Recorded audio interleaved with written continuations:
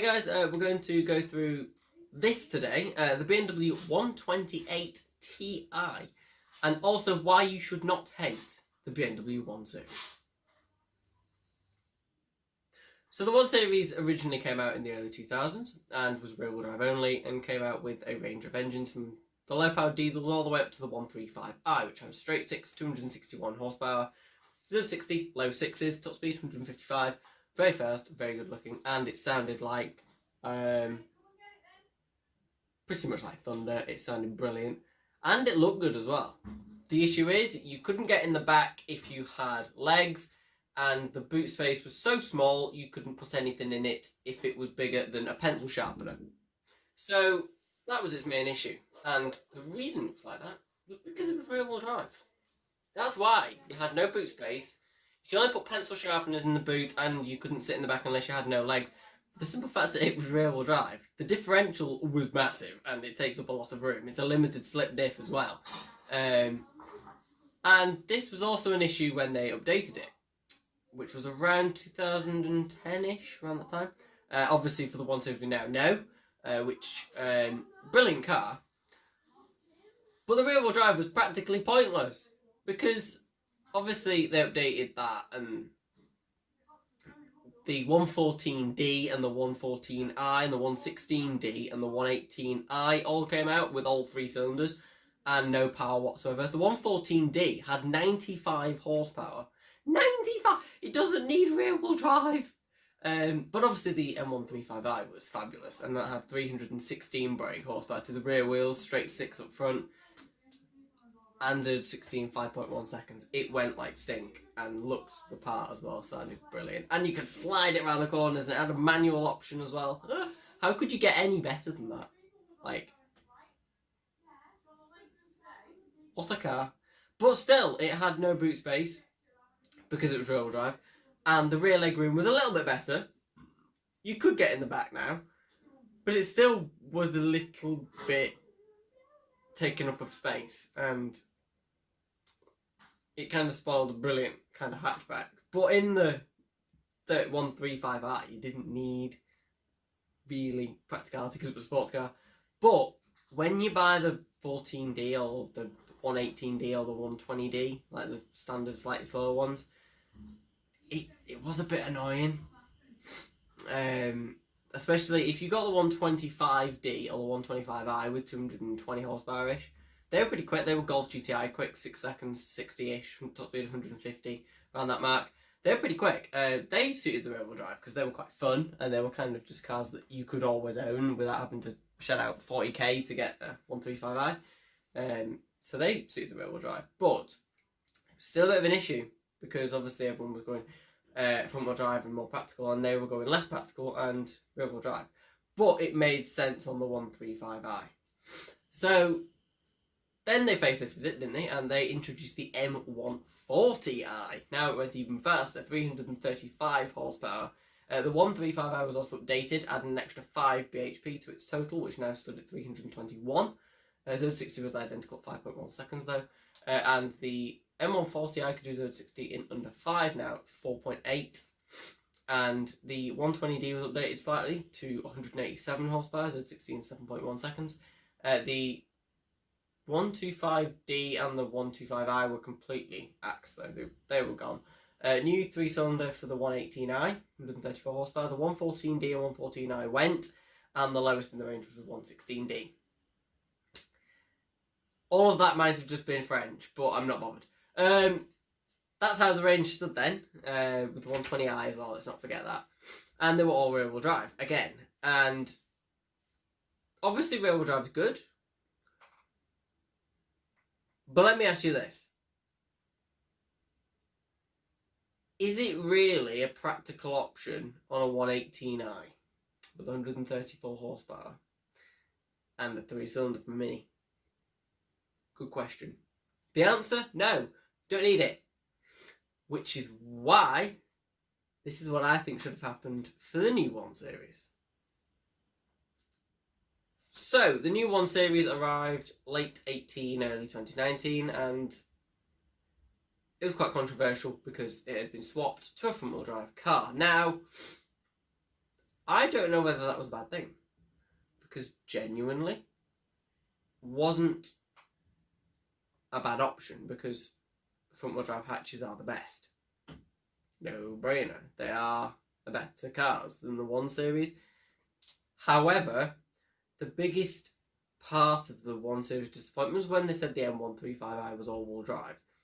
Now, a 302 horsepower 4-cylinder all-wheel drive hot 1 Series was not what anybody wanted, and I don't want that either. Now, the 135i should have had a rear-wheel drive setup straight 6, which is easily capable for BMW. And then I think they should have left it there. Because the 1 Series range doesn't need to be rear-wheel drive. It's not the 189, the 116D, and the 120D, and the 120i that are controversial with the front-wheel drive. That's not really an issue, because they don't need to, because they're not bought by people who want it to be rear-wheel drive. The people who buy the rear-wheel drive ones buy the M140i and the M135i. They're the people who want it to be rear-wheel drive. So, they should have made the M135i, the new one, rear-wheel drive. And straight 6, because then you could have put about 360 horsepower in it from the M2 and the same gearbox setup and everything like that. If that would have been shoved under the 1 Series, imagine how good a car that would be. However, it's been a bit of a disappointment because it's not as fun to drive as it should be. It's not as fast as it should be. Yes, it can do 0 to 60 in 4.8 seconds, but it's only because it's all-wheel drive. And it doesn't sound very good. But there is a new 1 Series. This new 1 Series model is the 128 Ti, which brings a code from years ago, including the T in it. But this is Volkswagen's attempt at the Golf GTI class. Now, obviously, it's front-wheel drive. However, it's not really a big issue because it's not the flagship. So, bear with, guys. If you disagree with this, then you can all you like. I do agree that the 1 Series should be rear-wheel drive on the higher models, but on the lower models, it doesn't really need to be. It's not really a big issue. But the 128 Ti is a good car. Because one, it looks pretty good. I know it has the pig grills at the front, as you can probably see on the screen, but the back end is very nice indeed, I think. But I don't like the front much. But 128 Ti is probably the best 1 Series in the range at the minute, because the 135i is disappointing, because it's slower and less exciting than the old Hot 1 Series. So, what do you get for your £30,000 odd? You get a 2-litre turbocharged 4-cylinder, as you'd expect with BMW. This produces 261 horsepower, which is a decent amount, front-wheel drive, and means 0 to 60 in 6.1 seconds, and a top speed of 155, making it quicker than the Golf GTI that it is rivaled for. It also makes it competitive against the Hyundai i30N, the best hatchback in the 200 to 300 brake horsepower range, and the Ford Focus ST and other rivals of similar performance, like the Megane and stuff. So that's what it's based at, and I think having the front-wheel drive for that classification with all of the other front-wheel drive cars is a good idea, because it means that the 1 Series is now more practical than it was originally, and they can work on the interior better, and the interior is probably one of the best in class, apart from it is a little bit dark, the infotainment, but apart from that, it's a really good infotainment system, and the interior is very nice. So, the 128 Ti means it can slot into the front-wheel drive hot hatch category. Now, this is where the M135i should be rear-wheel drive, so it can go into the super hot hatch category with the A45 and RS3, which are all-wheel drive, and shove itself against those, instead of being in the classification of those all-wheel drive and front-wheel drive boring ones between 300 and 400, like 300 and 350 horsepower, like the A35 Mercedes, and the Golf R. Well, obviously the Golf R isn't boring, but you know what I mean, because obviously the A35 is a downer on the A45. What they should have done is on the M135i, for the next category, which is 350 horsepower above, which is what the A45 now S3 sit in, and they should have shoved it in there instead of the classification with the S3 and the A35. It should have gone in the next category with a straight 6 rear-wheel drive setup. However, they could be holding that for an M140i, couldn't they? But you should not hate the 1 Series for being front-wheel drive, because even though it is front-wheel drive, it is an absolutely brilliant hatchback. In every single form, it is brilliant as a car. I mean, it's very entertaining to drive, it's just very nice, rounded hatchback, and you shouldn't hate it. I know it should be rear-wheel drive, but on the 116D, it doesn't really need it, if you know what I mean. It would be quite hard for them to do a front and a rear in the same range, but I know BMW could do it because the new 2 Series coupe is that's coming out later in the year, and it's based on the same platform, so I don't know why, but I think it's because it's the X2 underneath, isn't it, the new 1 Series, so.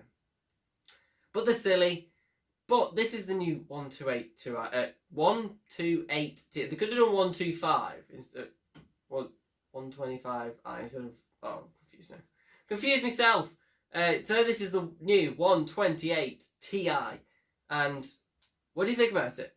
Comment below. I think it looks quite good. I quite like the stickers on it. The 80s retro style looks really good. It reminds me of the 2002 Turbo stickers a little bit, and it's old 2002 kind of style car. You know what I mean?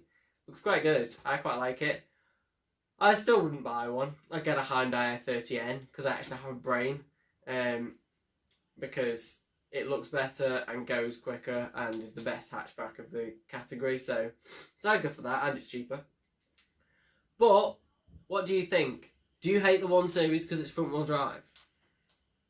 Do you agree that the 1 Series flagship should be rear-wheel drive?